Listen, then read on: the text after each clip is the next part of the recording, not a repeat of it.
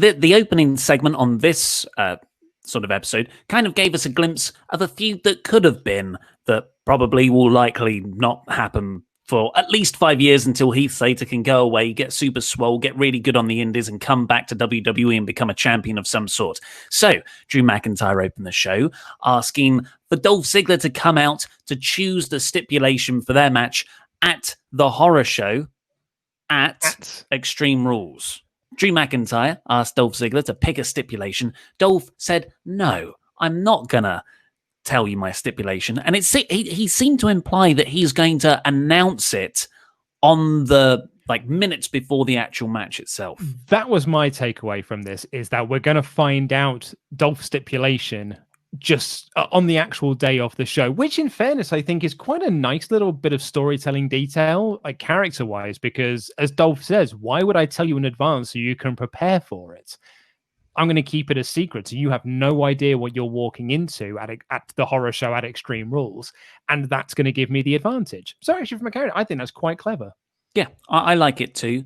To me, that says it shouldn't be the main event. I think that's yet another sign that hopefully another match is main eventing the card. Come on, Asuka and Sasha Banks. But anyway, Big Show. Oh, stop it. Dolph then says, well, I do have something for you right now, though. Here is Heath Slater.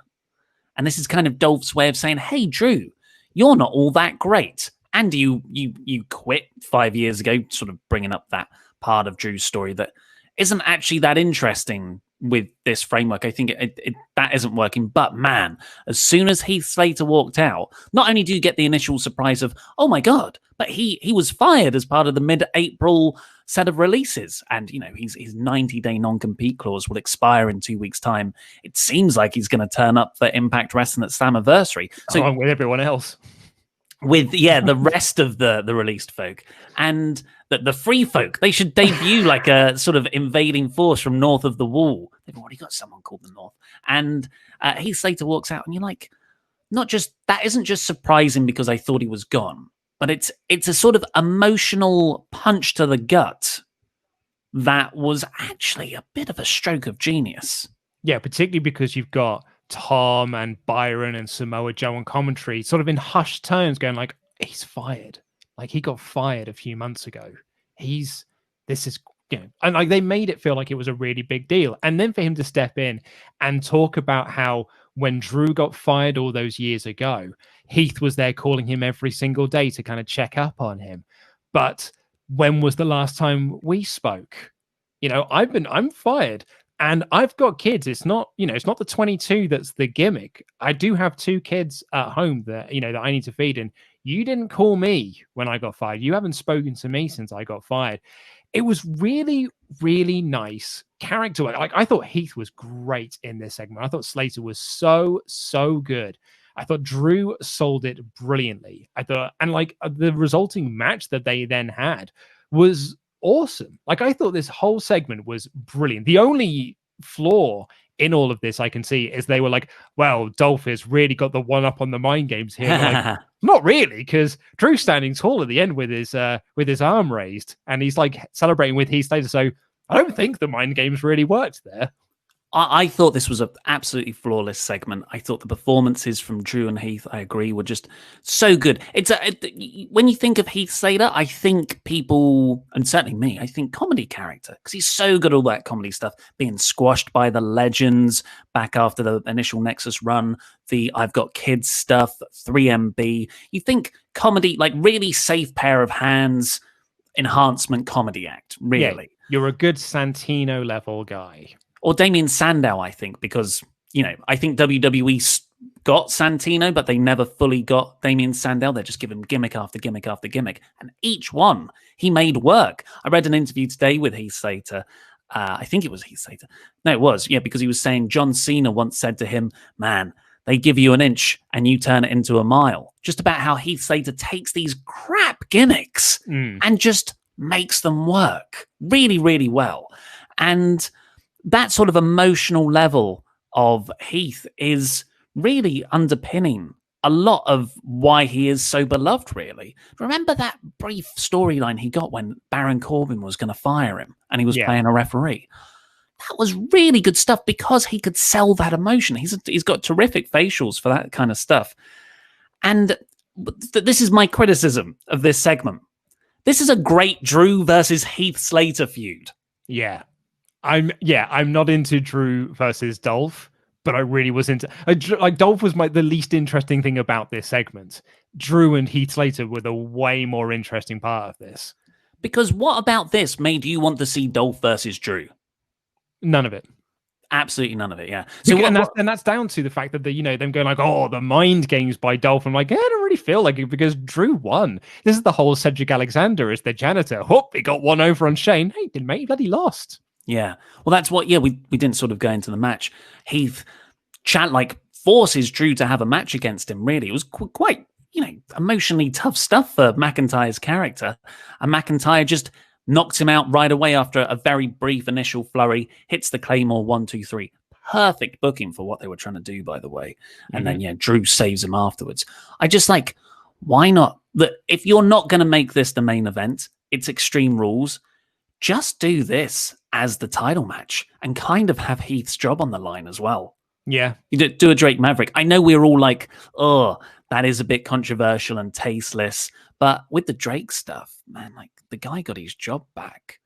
And even though I think stuff can feel exploitative and be controversial, but actually work really well, they're not mutually exclusive. Yeah. And people will take against that. But if it results in a guy like Heath getting his job back at WWE, I personally wouldn't have a problem with it.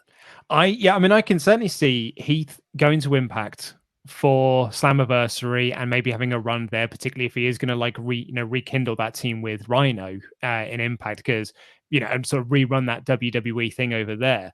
I could see Heath going back in a couple of years, not going into the WWE Championship picture, because as soon as he steps back through that door, they're going to saddle him with the cool. So you're the comedy character again. We'll just saddle you with the same gimmick you had 10 years ago, and that's okay.